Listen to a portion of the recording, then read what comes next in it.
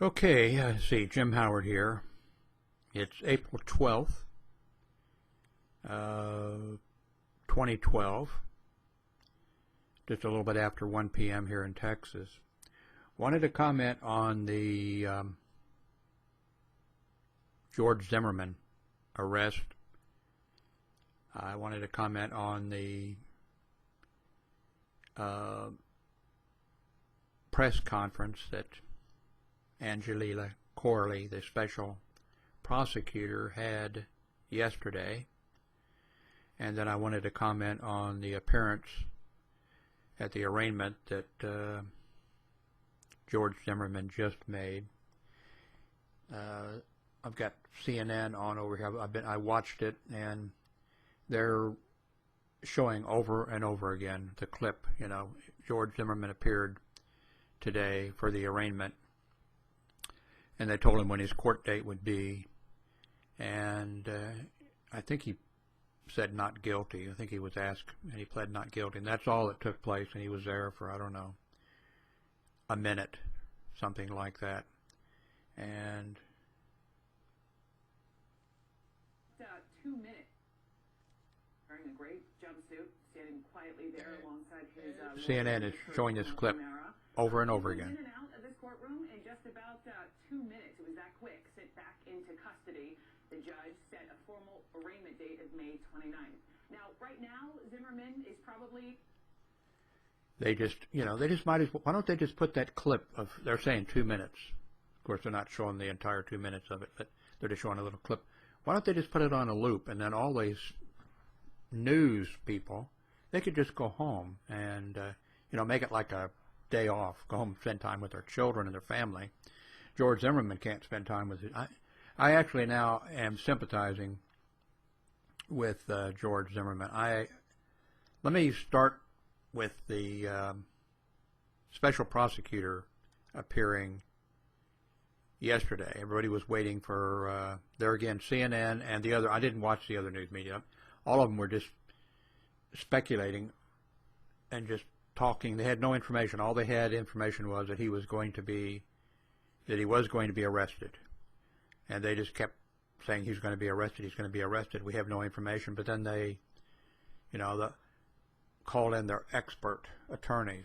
Yes, well, then arraignment takes place. And it was just, and then they all waited for of course they didn't wait. They just kept talking with no information. And so then the special prosecutor appeared for her press conference. And,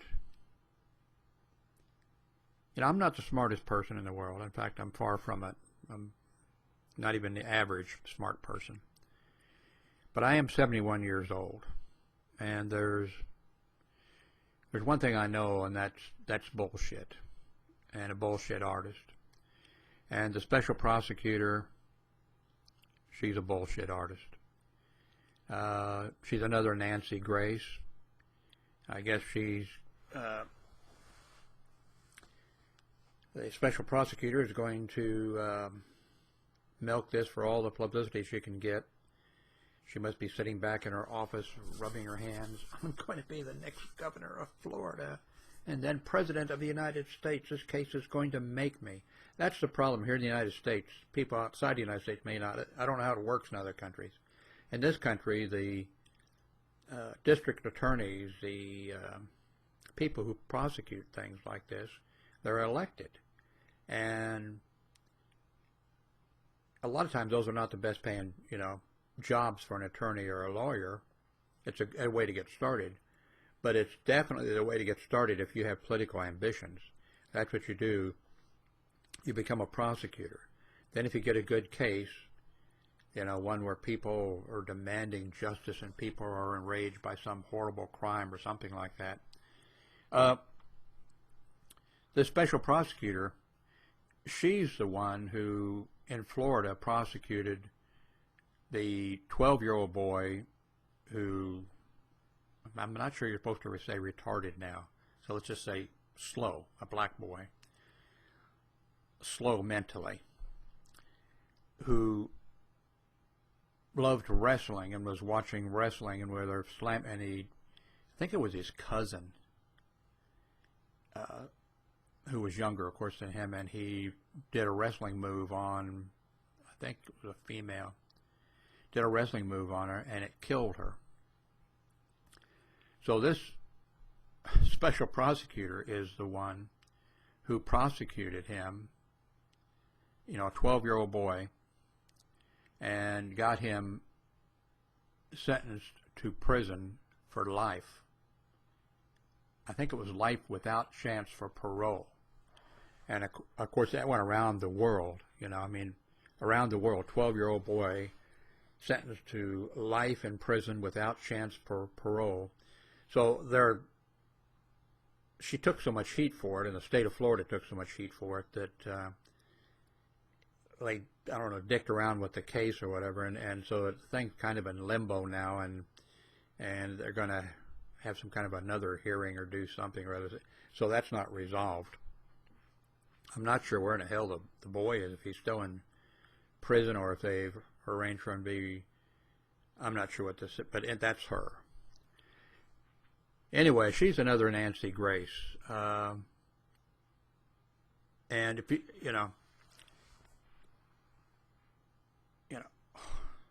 second-degree murder, manslaughter I could see.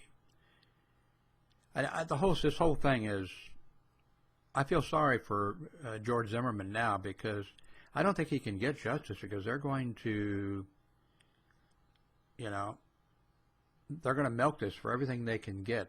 Every one of them, anybody involved is going to, what can they get out of it? Can they get elected to another political, off? Can they get reelected? Can they get elected to some higher political office?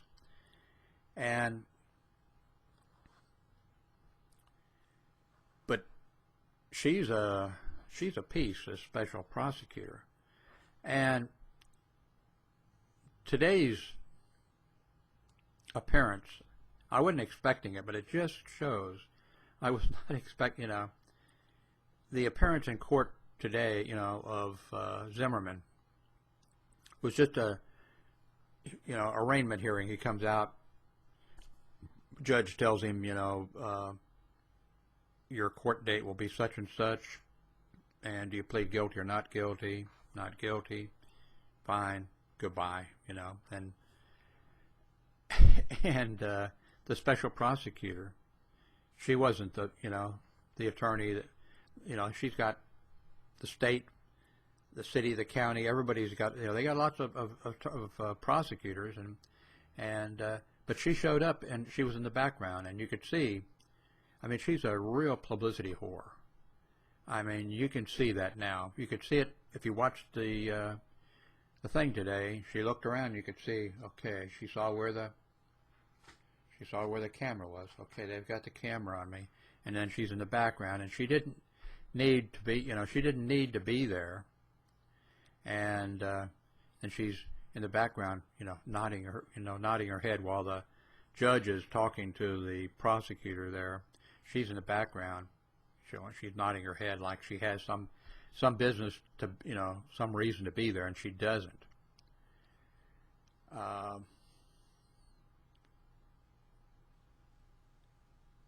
I still think that,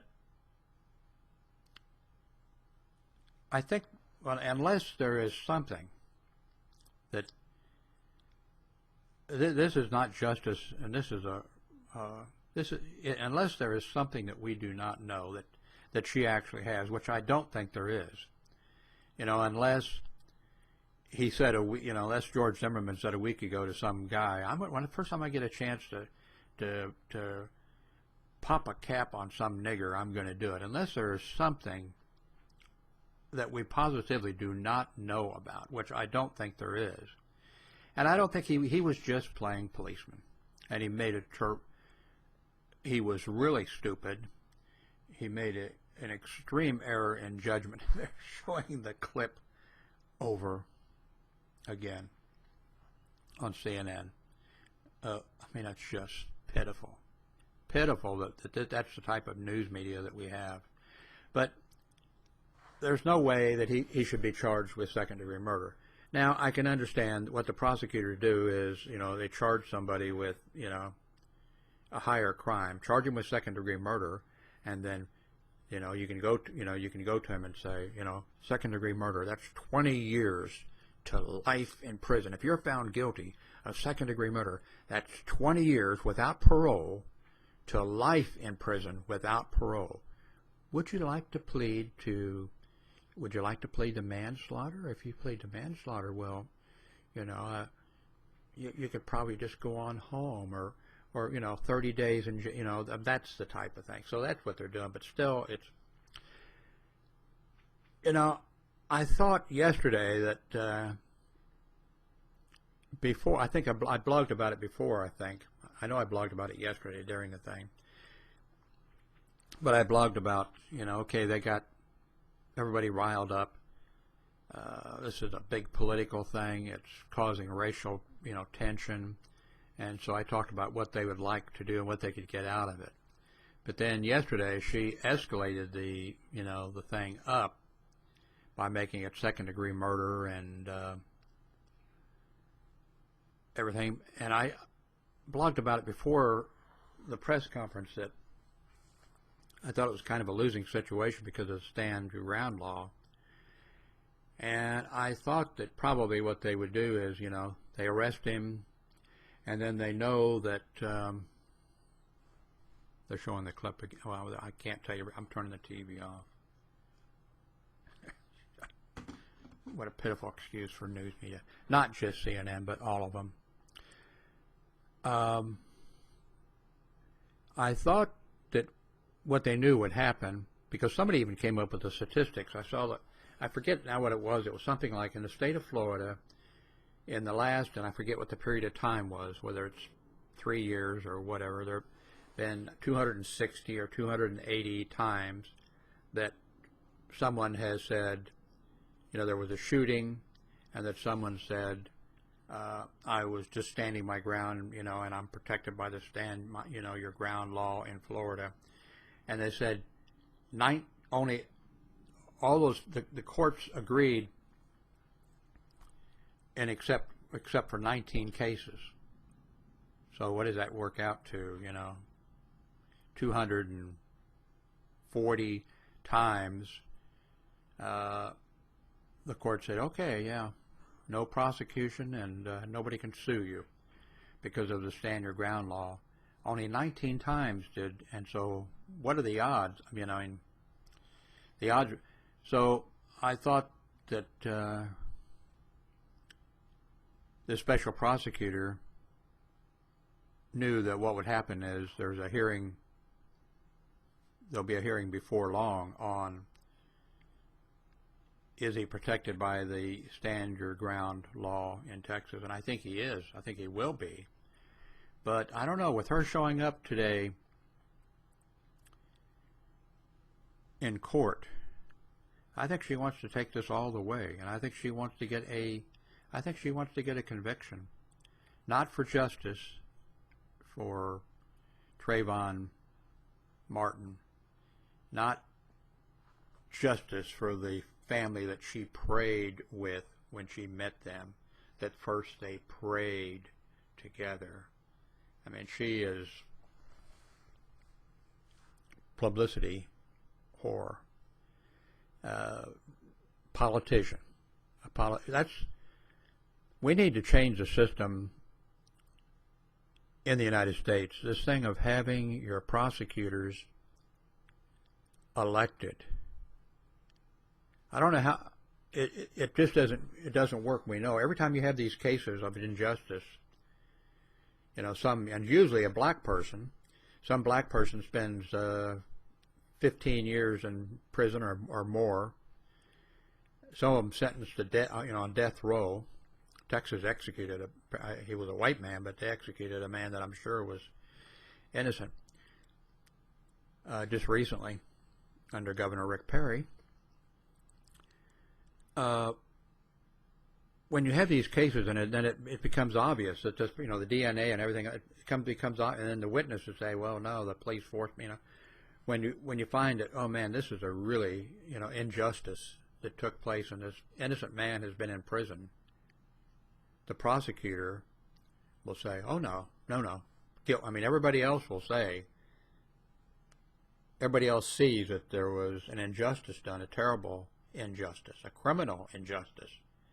You know, the prosecutor and maybe the police that did this, they should have to serve the time. And, you know, if this guy served 15 years, they should have to go to jail for 15 years. But it doesn't. The prosecutor for political, you know, oh, no, no. And you'll say, look, but, you know, all the witnesses said they were forced to say it or bribed or threatened or whatever. And the DNA shows that the person didn't commit the crime. And the person who actually, and sometimes the person who actually committed the crime will be, you know, was arrested later for something, and the person who actually committed the crime will say, well, you know, I did it. And will give them information, you know, to show that he did it, things that only he knew. And still the prosecutor will say, no, no. Now, the person that we found guilty, that's the person, you know, who did it. So our system needs to be changed in some way because, you know, you have this stand your ground law,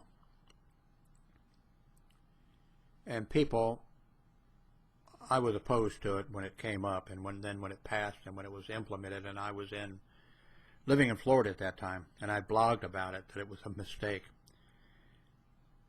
People think, I think there's a lot of support for it. People think that law is going to protect me.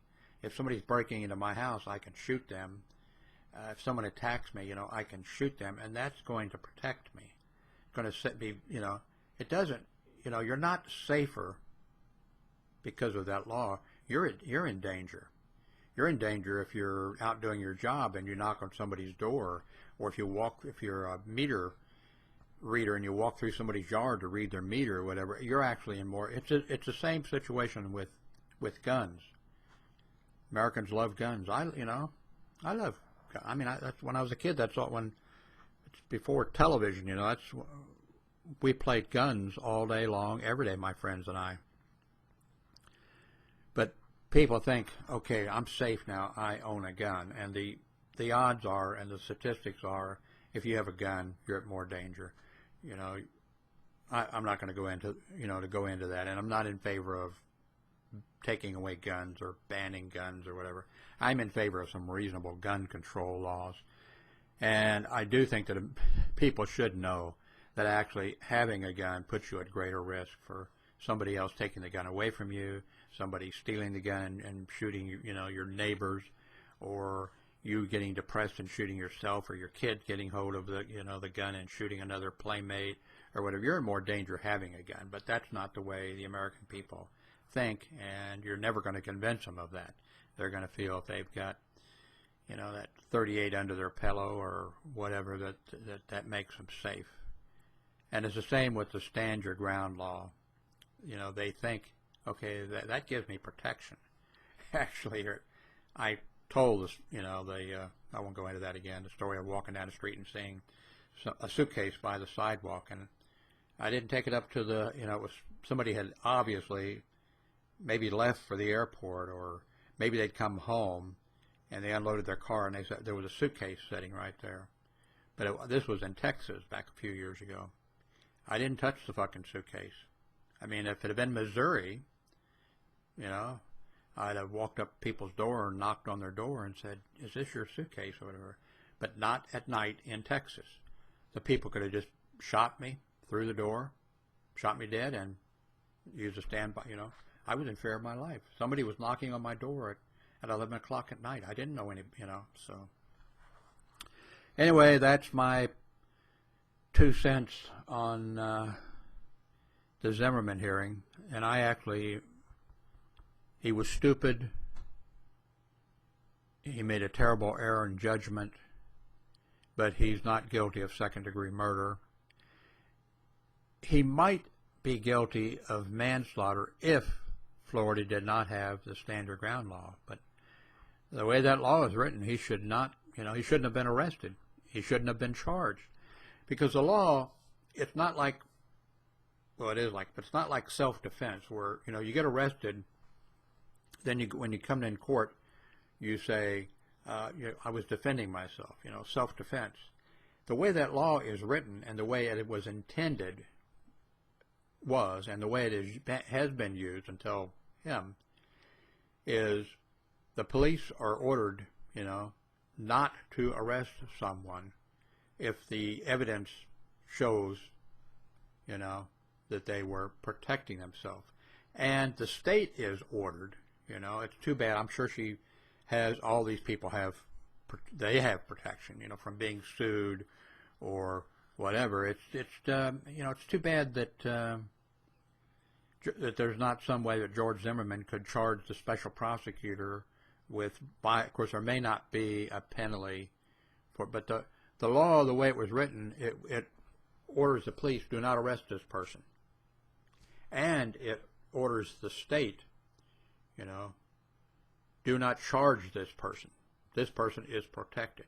Now, of course, you can always say, well, no, the evidence didn't, show that. So, and then it goes, then it goes to the judge to decide. So, that's where I'm sure George Zimmerman's going to post bail, and then he will have an appearance before a judge.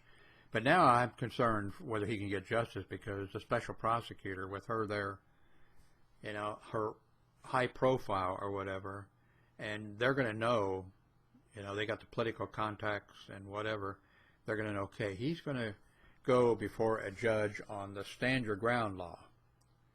So which judge shall we make sure that he appears before? Which judge is not likely to support him? So people have been screaming and hollering that Trayvon Martin and his family, weren't getting justice. I don't think that George Zimmerman's going to be getting any justice either. Thanks very much for watching.